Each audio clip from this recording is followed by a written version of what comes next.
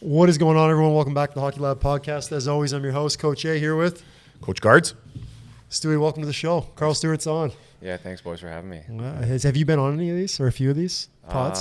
No, I can't say I have. This is the first one, the inaugural. Yeah.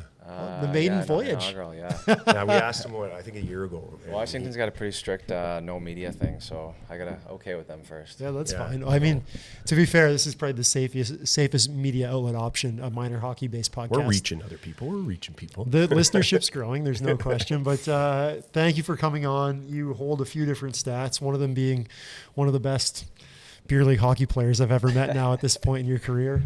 You also have probably the lowest flex stick of anyone I play with either. So he did that though because he wanted to figure out how to teach his kid how to shoot, right? Wasn't that the? Yeah, he wanted to see what it was like. It was the curve. I was just trying to figure out the curve, and that's Stewie is such a good skater that he purposely goes down on one knee just to make everybody give him a chance. but you haven't played yet this year, have you? No. Wednesdays are tough right now. I'll get out. All right. I'll get out. Sounds good. Did you guys play together growing up or no? You would have missed each other by a few years, right? Yeah, Stewie was younger than me. Yeah. He hung out with Murph, right? Yeah. Sean. But you born and raised Ryan. Aurora? Born and raised in Aurora. I knew of Gardsy. Gardsy was older. We didn't really get to know each other probably until maybe when I went to Europe, I think. But then you were both playing in Europe, overlapping for how long were you both over? Not long. Not long. Long. No. Yeah, we did.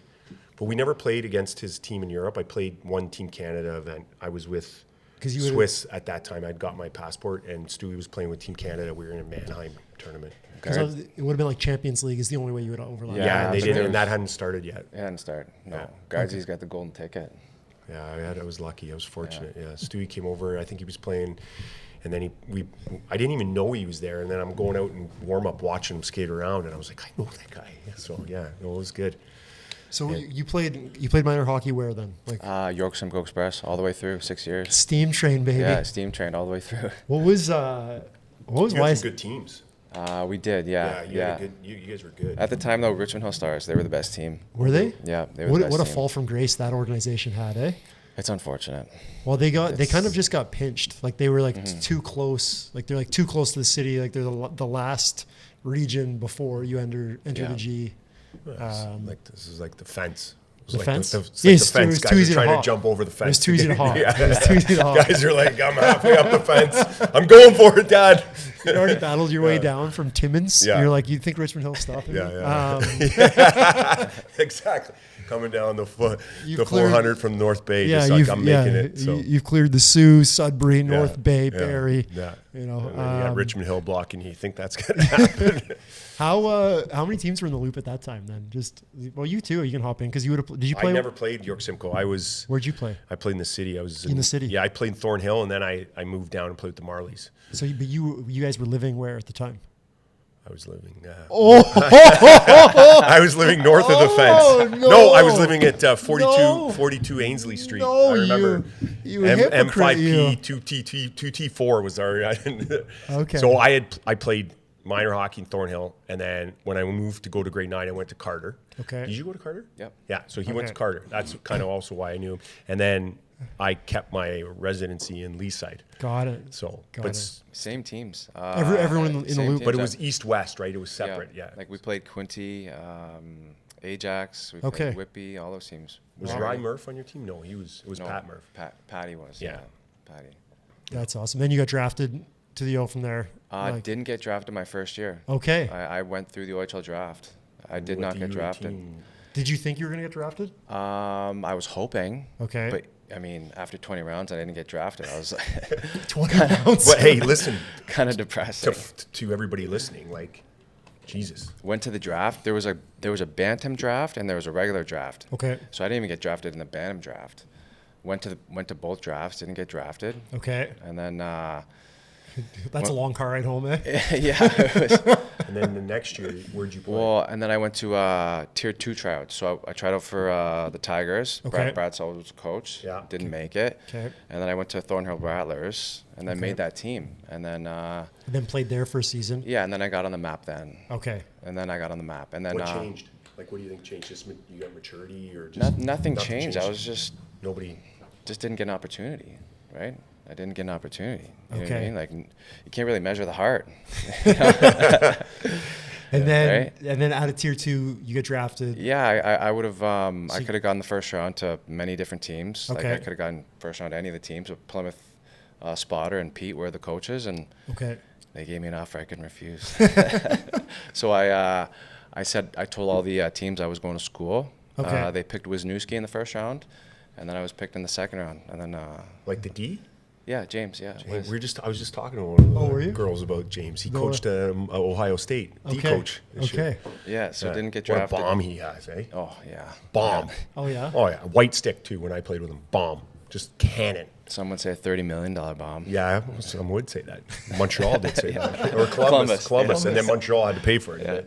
Yeah. Okay, so second round, Plymouth, and then you played there for the next 3 So, years. I mean, in hindsight, I was a rookie in my NHL draft year. Okay. Right? That's not ideal. No. For an undersized guy. No. Especially at that time. Yeah, and especially at that time. So, I probably, in hindsight, should have stayed with Thornhill. Oh, really? Probably because they went to the bank that year. They went to the Royal Bank. And So you would have stayed, instead of playing Plymouth. Plymouth, you would have Yeah. went back, played one more year.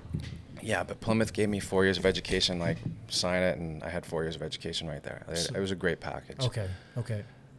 Played my first year, didn't get drafted. Danny Marr, who's head of Central Scouting right now, he called me. He's like, we're going to bring you to rookie camp. So I went to rookie camp. I made it to main camp. I did really well at main camp. With Atlanta. With Atlanta, yeah, with Atlanta. And I was the first, I think I was the first 83 born to sign, like before Kovalchuk, maybe before Spezza. No or no, way. maybe not. But yeah, I was one of the first guys to sign. That's good trivia. Save that, everyone. Yeah, Save that. Mark that. Yeah. That's right up there with Del Bell Baloo's last goal on Flower this past week. What a So What a that's move. a good trivia item. Okay, so then to think, but I wanted to like back up a little bit. What was the OHL like? We talked about this maybe 2 weeks ago. Yeah. And I think I was talking to Nursey about it, and Darnell's like, I think it like started to change. He's like, between my first year in the league and then my last year in the league, he's like, when I got in, he's like, the league was like terrifying. He's like, and then when I like started to leave the league, it was significantly less terrifying. It was terrifying every single year I was there. But that's what I was going to say. terrifying. Like, it was a terrifying league at the time. Like every team had 3 or 4. Looking back now, Yeah. terrifying. But at the time, that's what it was. Just hockey. The fourth line was just meat. Going out there and fighting and hitting and playing 3 minutes. That was it. Yeah. Like, there were some heavies. In the league, yeah. It was a different game. Yeah. Different game. Heavies. Heavies. I remember the guys like in the dressing room just shaking back and forth. Yeah. Just eyes are red. You're like, okay. Well, it is, funny. Like Brantford's like still it's like an old school hockey town. So like Ryder Bolton obviously is there, and like his Dad was a heavy. His dad was a heavy in Sarnia. His dad had the funniest line of all time. So he takes a penalty like late in the third on Saturday, and his dad, he didn't say it to me, he said it to one of the other guys. He's like, I taught him that. I'm like, what? He's like, sneak an extra shift in. Exactly. Coming out of the penalty So box. he's coming out of the penalty box. He's trying to get there, and Jay's screaming at him to get off and come to the bench. Smart. It was Smart. hilarious. But he's like, he's old school. Like home opener, he drops gloves 30 seconds in with an absolute mutant on Peterborough, and like, but that was like the whole league at the time when you were in there. So how was that adjustment going from like tier 2 into the OHL as an undersized player at that time? It was kind of the same because same? Tier 2 was crazy too. Yeah, tier 2 was crazy. I was a bit more of a skilled guy that year. My first year in Plymouth, Pete and Spotter, they were just, hey, go out there and kill penalties and hit everything in sight, and you can make it as a fourth liner if you want to. That's the first time anyone's ever told me you could play in the NHL. I'm like, I can? All right, then I'll do it. And I adopted the identity. So you changed your game completely that year. I didn't change it. I just adopted an identity. That was it. Right. I just added something to my game. Got it. Whereas before I didn't have it. And then they said, if you play like this, then you're gonna get noticed. Right, because you weren't. They're just looking at like your projection based on everything that you had going on. They're like, hey, if you want a chance, this is going to be it. So they told me a way to play, and I adopted it, and it worked. Yeah, like, I mean, I would say like we see Stewie in a different light No, of than what he course. played at. Like if we see him as a great, I think he was always a great skater, and I think that was the biggest contributor to being able to get out there and get into people's faces and finish hits. But like there was a switch in there somewhere, and he went off, and then it was just like mindset. Here's where I'm doing right. Not everybody's given an opportunity to play top 6 minutes. No. So if you are not one of those players, you got to find a way to earn your minutes. Right. And that's still even today, and I don't see it as much. Mm-hmm. You know, guys would used to go out and they'd fight and they'd get noticed. They'd hit everything in sight. They'd get noticed. I don't see it as much anymore. Do you think that's twofold, that the kids are doing that and everybody wants to be a top 6 guy? Or do you think it's because they don't have the coaches that have the ability to do what Spotter and those guys did for you and tell you, like, this is what you need to do? Do you think there's, like, do you think the coaches are saying, hey, here's what you got to do to make it? Well, or do they just don't see it? Look, if I played the way I played now, I'd probably be suspended a lot. So guys have to change their game. So the game's changed, right? The game has changed, and in a good way too. Like, I wouldn't want my son growing up in that hockey where you got, you know, there's head hits everywhere, there's fighting everywhere. It's a cage match. It's not that anymore. So, right. Yeah, I think sometimes the kids just don't see that there's so many more avenues to getting to where they want to go. You know, like, they have to work for it, but, like, it's not just, they're not just looking for one piece of the puzzle. Like, there's, you guys as an organization or whoever's the organization, that you have to fill roles, and there's a role for everybody. And if you're willing to do it, you know, you're willing to do it. That's the thing, if you're willing. Yeah. If you're willing. Like, I liken to it, and I've talked to him about it before, like Jeff Shantz. Remember him played in Chicago, 1,000 games.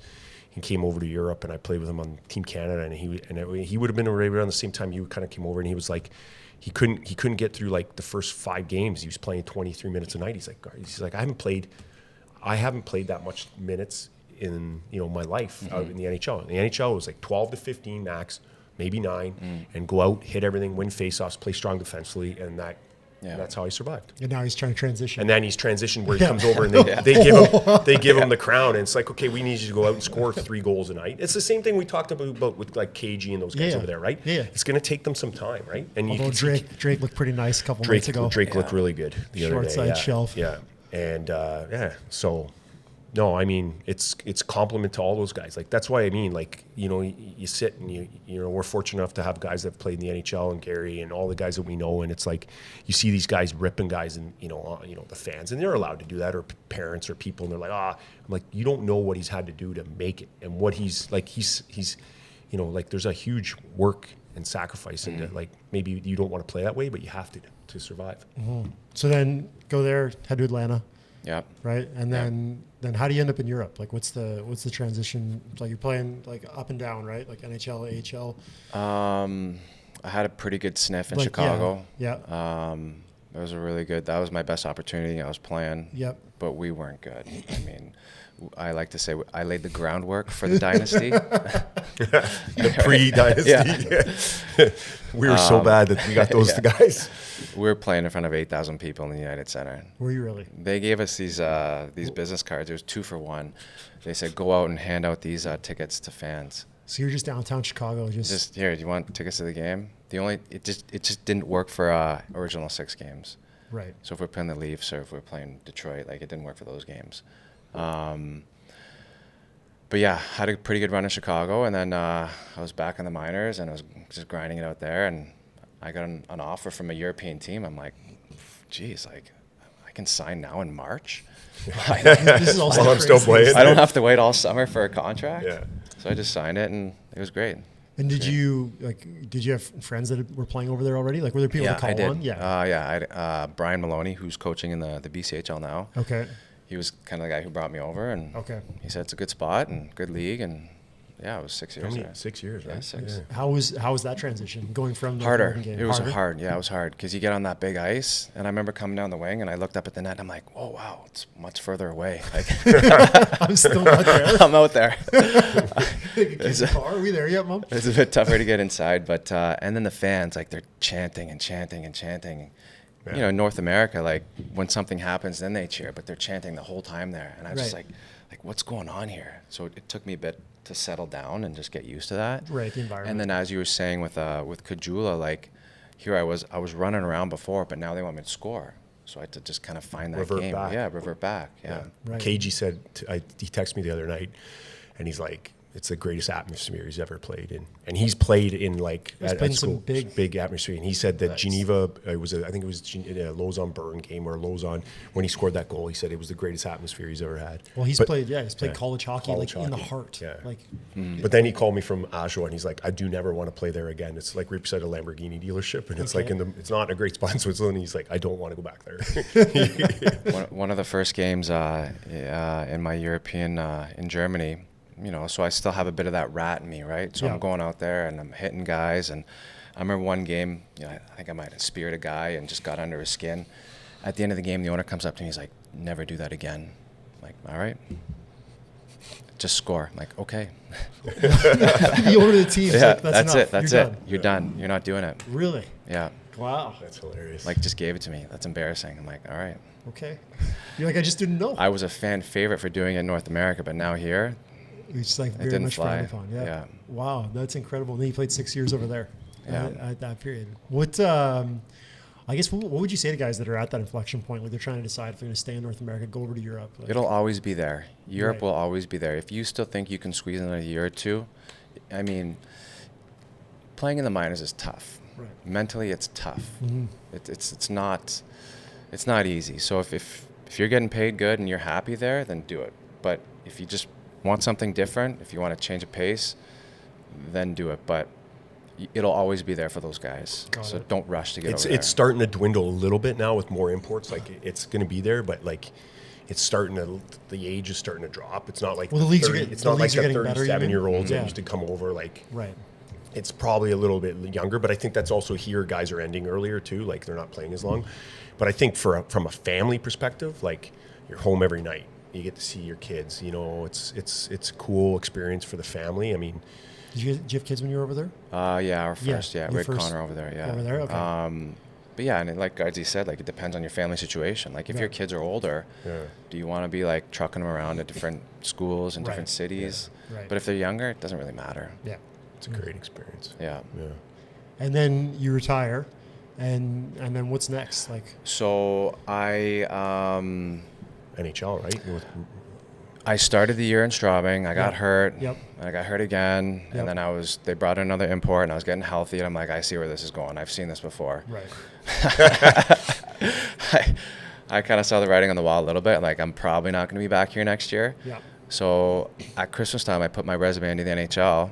And I came home, had a meeting with Coley and Mike Murphy. Okay. And they said, well, we might have something for you. But in the meantime, I had signed to play in Vienna in the Austrian league. Okay. So I trained all summer, and 4 days before I'm about to get on a flight to go to Vienna, Coley calls me up. He's like, all right, we got a job for you. Do you want it? Yep. I took it. So then I just called it right there. Great city. Just called it, yeah. 4 days before. Right before I was about to go, yeah. And so what was that role at the time? Like what was? So it was working the situation room and central scouting. So it was kind of a two-job dual role. Yeah. But yeah, it would have been neat to go to Vienna, but at that point, like I would have been maybe a year there and then a year in another team and then maybe another league, and I didn't want to do that. Right. I wasn't about to do that. Got it. And so then right in the NHL from there. Yeah, just stepped right into it. So still going. Yeah, that's incredible. Going. How was that transition? Like a lot of guys struggle when they leave the game. You know what? It's a great question. It's been seamless. Yeah. I haven't had any regrets. I haven't had any mental issues or physical issues. It's been great because I stepped right into the game from the game. It's been good. Thank you for asking. No, it's. I think you're a rarity in that regard. Then, to be fair, I do know guys go through it. It is. Yeah. I know guys go through that. Yeah, and they're just even guys that don't. They've got lots going on in their lives, but they're just bored. Like they're like I just don't know what to do with my day. Just get a couple kids in hockey, bud. Then you're not bored. Not that they don't. They're not busy, but they're just like they're like yeah. When it's coming to the end, you're thinking, okay, what can I do that I only work in the winter. I'm done at noon. The job market just really shrinks down. There's not too many options, right? That's why you never stop. That makes you feel fulfilled. Yeah, right? That's you go to the rink and you feel fulfilled. You're with the boys. You're you're working towards something. Nothing like it. Yeah, absolutely. And then so what year was that then? What year's retirement? 2015. 2015. So we're a decade though. Yeah, a decade. Yeah. Now you're with Washington, right? Now with the Caps. Yeah, so I was 4 years at the NHL, and the Caps came calling right after they won the Cup, and I thought, you know what, if I'm going to learn the game from a different perspective, it's probably going to be from the Stanley Cup champs. So, yeah. Got it. And then your role there is what's your official title with Washington? Scout. So just yeah. But you're also on the ice with some of the prospects as well. No. Okay. That's Jim Slater and Brooks Orpik. Sorry, guys. Those guys. I just did you dirty right there. The development guys. Okay. He's in charge of Canada. My position is CHL. So CHL. Got it. Yeah, Western League, Quebec League, Ontario. Got it. St. Andrews has kids. If there's kids in Tier 2, higher end kids though. How many games do you end up at a year then, or watching at home? Like what's the breakdown? Around 160, 170, Wow. like physical games. Yep. Video games, add another 50 to 60. So we're 200 plus. 200-ish games of hockey a year at the junior level Yeah. for the last 6 years now. For the last Like 10 well, years. 10 years, but Yeah. I'm saying like since yeah.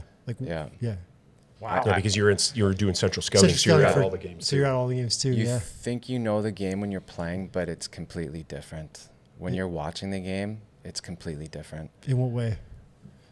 Well, you're not like, you see the little details of the game, you know, the good habits, the bad habits. You just see so much more. When you're playing, you're on the ice, you're on the bench, you're kind of in the mix. You're more worried about like systems and structure and kind of your own personal, you know, how am I doing physically? And it's a different perspective when you watch that many games a year. Really different. What would you, if you get in a time machine and go revisit yourself now, like in your playing career, like if you could only take one lesson that you've learned from watching that many games back, what would it be? So in hindsight, yeah, I don't think you could have that perspective. Like it's just not if possible. you could be a scout before a player, you'd be so much better of a player. So what would, I think what he's saying was, what would you take back? What would you add to your game, or one thing that you think would make a huge difference? Or it's just a better understanding. I don't think I could have changed anything because the hockey I play now is beer league, and it's different. Yeah. But what would I change? I was hard on myself. Right. I would just ease up. Right. I just, you know, it's easy to say now, but that's just a game. But it's your livelihood. You know what I mean? Yeah, it's not easy to do at the same time. It's not a hard thing to do, but I would ease up. Mm-hmm. Just ease the pressure a bit. Don't put so much pressure on myself. Right. But from what you're watching in the stands, so you're watching it all. Like we're talking about little habits. You know, I know you're talking about you know, maybe it's. I would have been because I think you're probably. I think I'd be a bit more calm with the puck, maybe a bit more poised. Yeah, I think I know that a there's bit. more time out there. A bit more, a bit more time and space. Mm-hmm. Yeah. You've been talking about that a bit, eh? No, I'm just kidding. No, what I might make it. Cam out on the ice today? Was he? Well, no, was he I rushing think it? no. Well, but it's because Cam I gets know. in the NHL bubble. If you play any NHL games, you get around Cam, you get the puck auto. Here you go. My Respect biggest, I comes think, out. but no, but it's true. I think the biggest thing is just like panicking with it. Like I would have been the same way. It's like you're like, okay, well, if I don't think I can hang on to it, I'll just put it to a spot where maybe I won't get in trouble with it. And like I see it with like all the young kids too, right? Like, yeah, somebody's gonna mess up, a kid's gonna mess up, but at least he has a poise to hold on to it and try to make a play. Or I think it's such a key. Like you look at those guys that are at world class, they just have so much. And I think truly understanding like the little details of the game make the biggest differences. Just what do you do on a forecheck? What does an F2 do? What does an F1 do? What do you do in the neutral zone? What do you do in the defensive zone? Like, where do you position yourself? How do you cheat the game a little bit? You know what I mean? Like these little details of the game that they're so minute that maybe a fan might not see, but make a huge difference. Or like Rob's a minute ago said, what do you do without the puck? Yeah, exactly. Exactly. It's a hard thing to teach, but it's huge. We talked about it the other day, like little details. Well, how do you teach them then? I guess is the real question. Like, what do you think the answer is on that? Both you guys. 90 to 95% of the game is played away from the puck. Right. How do you teach that? I just tell kids, watch video. Right. Watch video. Don't just watch yourself. Watch some random NHL game, middle of January on a Tuesday night, and throw on the second period and just watch them play. And just watch what he's doing away from the puck. Everyone watches the puck. You know what I mean? No one's watching Marner away from the puck, how he's getting lost and he's coming back into the screen. Mm-hmm. There's a reason why the best players in the world have the puck all the time, because they're the best away from the puck. Right. And they just happen to be good with the puck too. Right. Yeah, it's Watch video. Right. Lots of it. yeah Nonstop. It's But not the puck. Watch guys when they don't have the puck. What do you, when you look at the three different leagues, because you're watching all three of them in CHL here, like what are the patterns, like styles of play, like They're pretty because we only see the OHL here, right? I don't want to like alienate. No, any, I like, understand. They're pretty similar. Okay. To be honest with Yeah. you. There's not like if I threw a game on with no jerseys, like would you be able to tell what league it's in or no? No. No. You don't think so? I think you would be able to. I think you've watched enough hockey that if it'd be like be like wrapping up a wine. I think you would be able to. But I think if you saw three of them, you'd be. I think you would be able to. They're all coached by pros. Yeah, I mean, okay, they're all, Right. they're coached like NHL players. Right. The style is really no different than NHL Right. hockey. Right. That's So how then they're that coached. jumps me into Yeah, the go. next question is like, okay, so we have a big discussion about, going to school or going to the CHL. Like, so if you're saying you're getting coached by pros at the CHL, and I know now the rules have changed, so it makes it easier, but like, so is that the direction that, I don't want to say you would push kids, but like, is that for you like a must now, or is it still back to what I think you would say is like where you're going to get the best development? College hockey is different than CHL hockey. It's completely different. Yeah. They play, 35, 40 games a year, Friday and Sunday. It's like go, go, go. It's playoff hockey every night. It is. We were talking about this. Matty Devlin was in like a couple days ago. Like his boys play at Princeton and Cornell. Yeah. We're like, it's a war. Yeah. Like, college hockey's a war. Wizzy says it's just a bunch of golden like- retrievers that's out there not pro running around. hockey. No, it's not pro hockey. It's not pro hockey. I don't disagree with you, but it's a war out there. Like, Yeah. So is there positives out of that though too? Oh yeah, I mean, like playing the college style. It is what it is. I mean, Right. So, but like that's what I was saying. Like I think you see these guys that transition out. retrievers out there. Yeah, that's what he Is that what said. he There's a bunch of golden retrievers out there just running around. He's like, but you transition out of it, and it's almost like it takes guys a little bit. Like you see Nyes now. It's taken him a little bit of time. He's kind of figuring it out. Like coming out of college, but he played in the USHL before, So it's different, right? I mean, and they play a little bit more. Yeah. But even still, the USHL is different than the CHL. right. Yeah, it's a different game. CHL is completely different than college. it's a pro game. Just like It's pro just game, but with they're just boys. weaker. Yeah. Yeah, Yeah. the boys, right? Yeah. Yeah, so the comp that I would use in fighting, right? So depending on what state you fight in, they have different subsets. So you go you get to a pro level, you fight 5-minute rounds, 3 or 5 of them. You fight with 4-ounce gloves on, and that's it. Like they lock you in a cage. The cage size varies depending on where you are, but that's it. If you fight in certain demographics like Michigan, if you fight amateur, you fight the same rule set, the same size, same cage. You just fight 3 or 4-minute rounds. Like that's the only difference. Otherwise, it's Okay. pro. But you go to the state of New York, and the glove size changes, right? And potentially, like what you wear, you might have to wear like certain shin pads change. And so now all of a sudden, like the entire fight changes. Yeah. Because if my gloves are 8 ounces instead of 4 ounces, what I can do with them varies, right? And now if I have shin guards on versus off, like the way that I will like sacrifice my body in positions changes. And so like the fight style changes based on the state that you're in, essentially, because the equipment changes. And when the equipment changes, like as a byproduct, it has to change. Yeah. So you end up like getting away from like, it's less of a pro fight and it's now like more clearly an amateur fight. Okay. You're right? just going after it. Well, you're going after it, but it's Yeah. like you can do things like you can take liberties. Like if I have 8 or 10 ounces on my hands, I can swing in a different way than if I have 4 ounces because my hands are going to break. Yeah. like it's just like not a lot of Yeah. padding. So maybe in mixture in hockey, it's a little bit different. Well, you only play 2 games a week, so you can like run around. Yeah. Like, Well, you know what I mean, you like, talk to- you don't have to play again until Friday. You talk to a couple of these guys, and we know a couple guys, and they say it's like you play 3 games a week because you got your 2 games on the week, but like practices are like games. He's Oh, like yeah. Wednesdays, it's like they go after each other. Well, I know that's why what we they're have kids saying. come Like, home. They have surgery. They every year. they just go after each other. It's just a dogfight all week long to play on the weekend, like because they have so many. They have like 26 kids or 25 kids on their Some scholarship. roster right? spot. Yeah. Yeah. So, I know we don't want to jump into too much of your job and your business. So like, we're trying to help kids out, parents out here on with this podcast a little bit, just indulging into what's important. So like, if you were to say, I mean, I think we can say skating's probably. I mean, you're an amazing skater, and I think it's one of the most important things out there. But like, if you're trying to, kids are wondering, what do I need to work on? I think you're going to hit on stuff without the puck, but to move on in the ages and go forward with my game. Like, what do you think? What are the 3 things that are key for you? You have a son now too, so like, what's important to you to tell him to get better in the game or enjoy the game? So, guys, yes, skating is one of those things, but it's not everything. Right. It's important, but not everyone is Connor McDavid out there. There's a lot of good skaters in the OHL, Western League, Quebec League, NHL. What are you good at?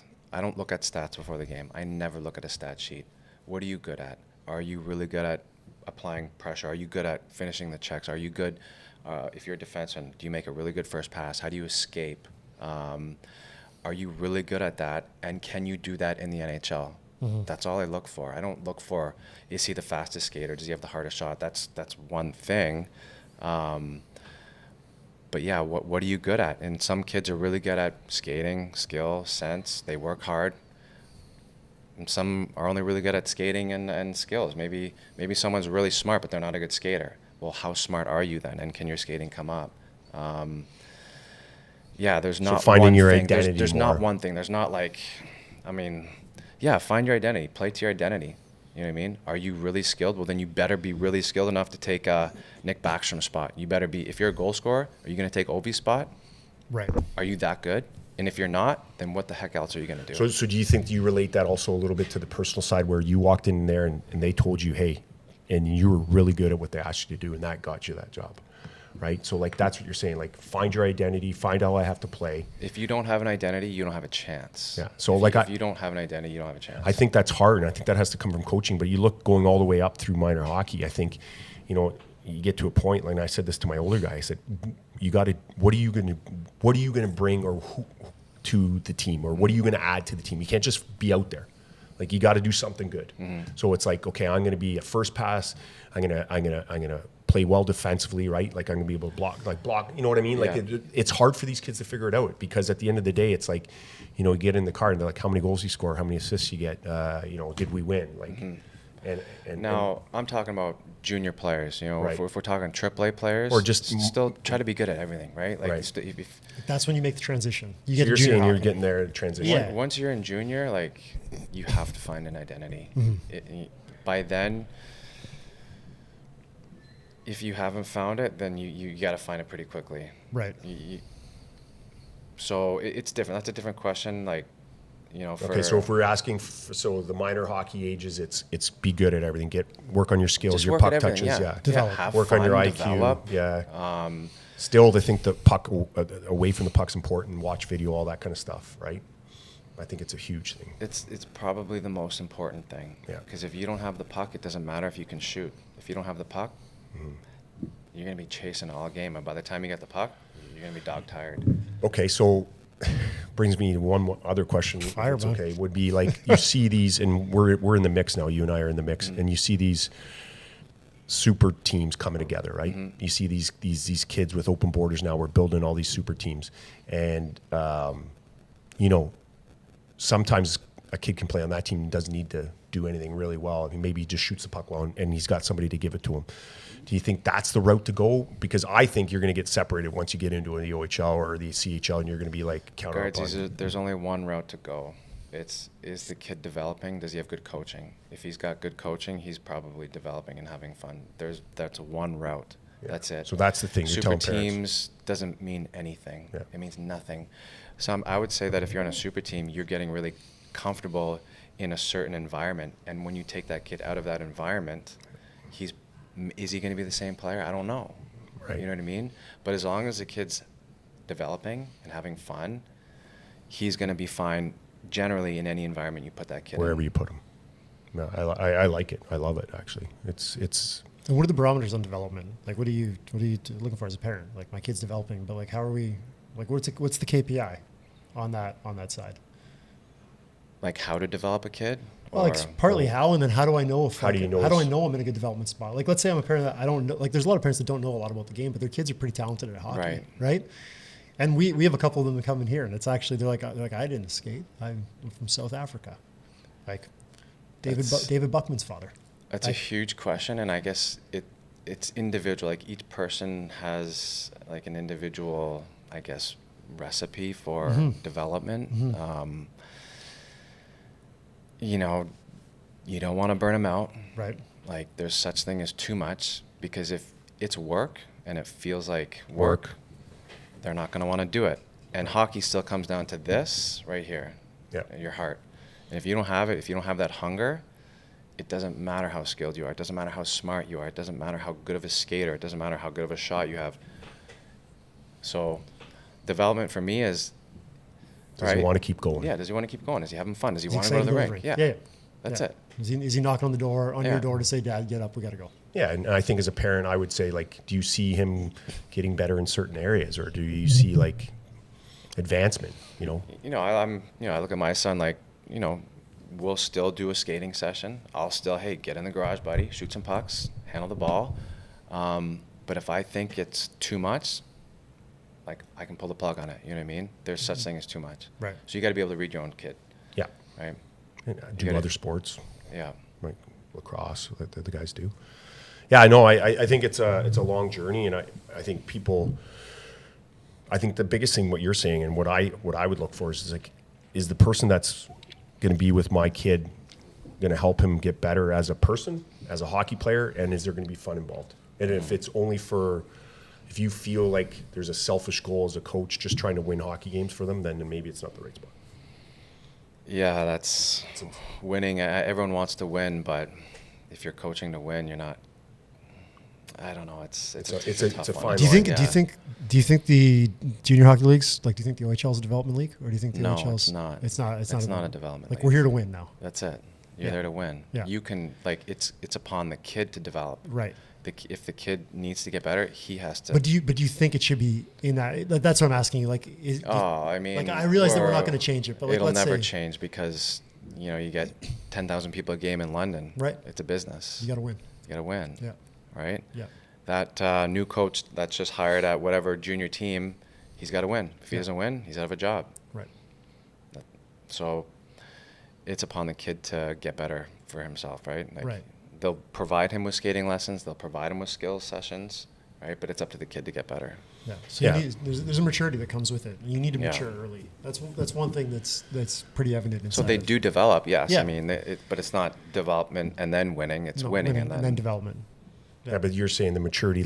If you mature earlier, you have a better opportunity. Well, by far. Like, by far. Like, Yeah. And then you need to be in a spot where there's a good culture around it, right? Like, you talk to guys about London, you're like, why is London good every year? And it's like, well, they've got like a culture around it. Like, talk to Mikey, who's in Washington. You talk to like Robbie Thomas, like all these guys that played there. They're like, dude, we were on the ice 20 minutes before by ourselves, and we were on the ice 20 minutes after by ourselves. Like, every day. There you go, right there. If we didn't have to go to school, no one had to make us go out there. No one said you're going out there. It's like we just spent 40 minutes together working on skills every day. Right, and it was the core group of And guys. it was like the pulling core them group of out. guys, but it's like the last core brought the young guys in and then carried it over and then carried it over and then carried it over. So now at this point, it's like, it's what we do. It's what we do. We don't have to think about it. It's not like, we just created this like culture where so much of their development, like Robbie talks about, he's like, so much of my development came from that, like pre and post practice, self-directed basically. Or like just a couple guys like, hey, what do you want to work on? What do I want to work on? Okay, 10 minutes for you, 10 minutes for me. Yeah. And then we'll just do it for 5 days in a row. And then we'll just do it for 35 weeks out of the year. And then we'll do it for 4 years. Yeah. Like, Yeah. like, and they're still doing it now. well, then Yeah. we'll still do it. Like, and then we'll go out here and be like, guards, hey, just like rim the next 100 pucks for me, please. Yeah. Right? Yeah, it's crazy. He's like, just I know I'm going to play here, rim the pucks, I'll pick it up, pass it on my back end. Yeah. All right. Yeah. No, yeah, I mean, look, man, it's great to have you here with like the knowledge that you have, and I think parents should realize like what your mindset is like you've been through it, you've seen pretty much all of hockey has, like you've made it, you've gone over there, you've done the scouting, you're the ins and outs of the NHL, and it's still like, don't do too much, pull them back if it's not joyful. I like the new development. rules for the Canadian kids. Before, when you had to choose NCAA or OHL, like I had to make that decision when I was 16 years old. I don't know. It's pretty early. I want to play in the NHL, right? Yeah. Now we don't have to make that decision. Canadian kids, we don't have to make that decision at 16 years old. We know we can, hey, I want to play in the OHL. Extend your runway for as long as you can. Right. Just don't rush it. There's no makes sense. rush. We don't have to rush. We don't have to be NHL players when we're 17 now. Which is nice. It's beautiful. Yeah. Yeah. What about hockey around the world? What do you see? Like development wise, because I'm sure you see. Yeah, you've gone over to see all those well, and like you're tournaments, seeing a right? lot of Yeah. kids come in and play in these leagues. Like we get 3 Czech kids in Brantford that are on the national team. Okay, I still don't get why parents think their kids have to play full ice hockey when they're 5, 6, 7, 8 years Okay. old. I don't get it. They don't do it in the U.S. They don't do it in Sweden. They don't do it in Finland, and they don't do it in Switzerland. Yeah, I don't nowhere. get it. I don't get it. It doesn't benefit It doesn't benefit the best kid, and it doesn't benefit the worst kid. Right. because the best kid's going to hold the puck the whole game, and the worst kid's never going to touch the puck. 100%. So in soccer, like, imagine putting like 10 kids and 10 kids on a full soccer field. That's ridiculous. Yeah. You wouldn't even think about doing it. Mm-hmm. So why in hockey do we feel like we have to play full ice hockey at that age? I don't get it. So you wouldn't have full ice until 10? U9 is a good U9? year. Yeah. Yeah. Like they do. They cut it in the middle in Sweden, so they still just make that full year full ice. Yeah. So U8 half ice, U9 full ice. Yeah. Go. In Sweden, sometimes though, and I just don't know if they do it anymore. They cut it down the middle of the ice, so you still have all the lines. You just don't have the width. Got it. So and then you play like 3-on-3 or whatever. So you're still like you have to move the puck, and you can't really beat everybody through it. So it's got to, but you still get the lines to work on it. What do you think about the NTR style rinks for that age? Like these. I love it. Yeah, It's awesome. like that size is like it's perfect awesome. for them. Yeah. Yeah, but we have the dimensions. Like I'm looking at a rink right now. Like we have the dimensions. Just cut the ice in half. Just Anyways, I mean, I don't have to worry about it. I mean, my kids are. no, but I'm curious. Yeah. I am curious. But I don't get it. I don't get the hype. Like you know better than Hockey Canada. You know better than every other hockey nation in the world. So my kid has to play full ice. I don't get it. All right. I like it. On that note, anything else you want to ask? We're coming up above 40, which is kind of cap. One car ride. That's the goal. Okay. You know? Yeah. No, I just thanking them. Like I think it's awesome. I Well, mean, like Car we're ride just from where? Like from Newmarket to downtown, or? Well, you know, the average hometown. Well, I'm hockey going to car Kingston ride. on Saturday. Yeah. I need like You need 4 of them. 4 hours. Let's keep it going. Stewie, thanks for being on today, Yeah, man. We thank do you so really much. appreciate it. Thanks for having me, boys. Really appreciate it. Like it. There we go.